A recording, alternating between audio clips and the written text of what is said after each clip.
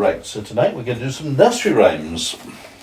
And this one's called Sing a Song of Sixpence. And it's about a king who's having a pie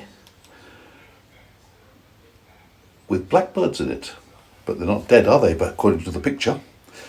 Sing a song of sixpence, a pocket full of rye.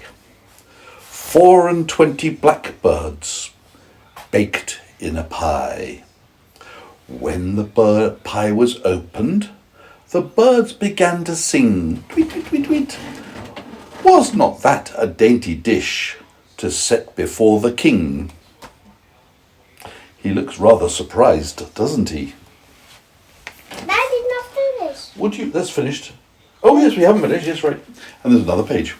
The king was in his counting house, counting out his money. The queen was in the parlour, eating bread and honey. The maid was in the garden, hanging out the clothes. When along came a blackbird and pecked off her nose. And that's the end. Do you want me to say it again? The blackbird's pecking off her nose. Why? Well, it's just a song. It's a poem.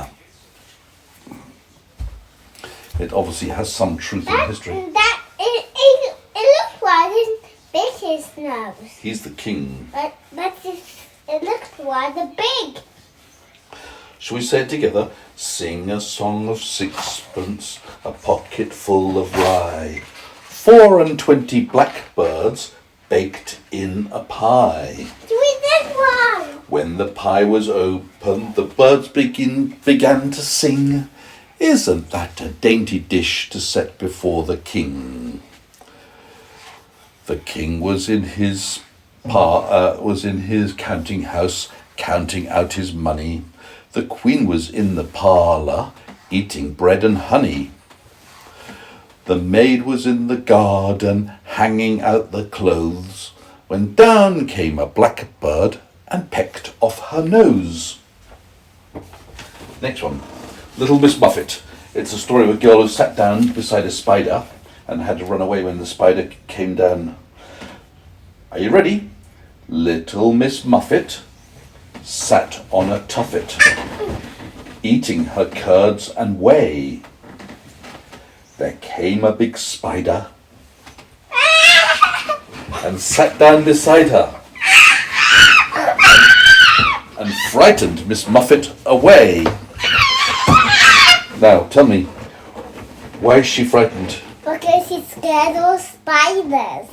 And the spider, how's it coming down? With your web. He's lowering himself down on the thread, isn't he? The thread that he uses to make a spider's web. You're not finished here. This is a story about what the baby goslings say. So, you be Miss Muffet. You be Miss Muffet, Small. You be Miss Muffet, Small, said Boo. And I'll be the spider. All right, said Small. You have to sit on a tuffet, said Boo. That means grass. All right, said Small, and he sat down on the grass. Now you have to eat curds and whey, said Boo. But I haven't got any, said Small. You have to pretend. Small pretended to eat curds and whey. Boo sat down next to him. You're supposed to scream and run away, said Boo. Why? Said Small. Because I'm a big, scary spider, said Boo. Actually, Boo's not a big, scary spider. Boo is a little gosling. A little goose. Because I'm a big, scary spider, said Boo. But I thought you were a goose, said Small. I thought we all were. We are geese, said Boo. I'm just pretending to be a spider. Money! Small doesn't know how to play pretending. Why? So Mummy came along and she said, then let's play a game we all know. How about two little Dickey birds? So shall I tell you that story? Yes. Two little Dickey birds sitting on a wall. One named Peter, the other named Paul. What? Fly away, Peter. Fly away, Paul. Come back, Peter. Come back, Paul. This one. This one's called I Had a Little Hen. And you're not in bed, so I can't tell anything. Are you ready? Yes. Don't look it. Daddy. Okay, this will be the last one. What? I No. had a little hen, the prettiest ever seen. No, also another one. All right, then one more after this, and that'll be it. I had a little hen, the prettiest ever seen. She washed me the dishes and kept the house clean. Can I see kept the house She clean? went to the mill to fetch me some flour. She brought it home in less than an hour. She baked me my bread. She brewed me my ale. She sat by the fire and told many a fine tale. That's not I ever to choose. Okay, now we get to the very, very last story or poem which you're going to choose. This one. This one, okay. Oh, this is called The Grand Old Duke of York. And you know what he's famous for? Going up the hill and down the hill, and when he's up, and when he's down, and when he's halfway up, he's neither up nor down. Are you ready? The Grand Old Duke of York, he had 10,000 men.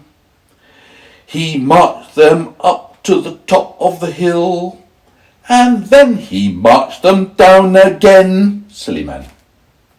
And when they were up, they were up. And when they were down, they were down.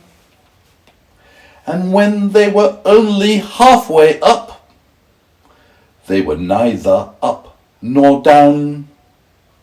Do you want me to, one more time? Yes. Okay, it goes like this. The Grand Old Duke of York, he had 10,000 men. He marched them up to the top of the hill, and then he marched them down again.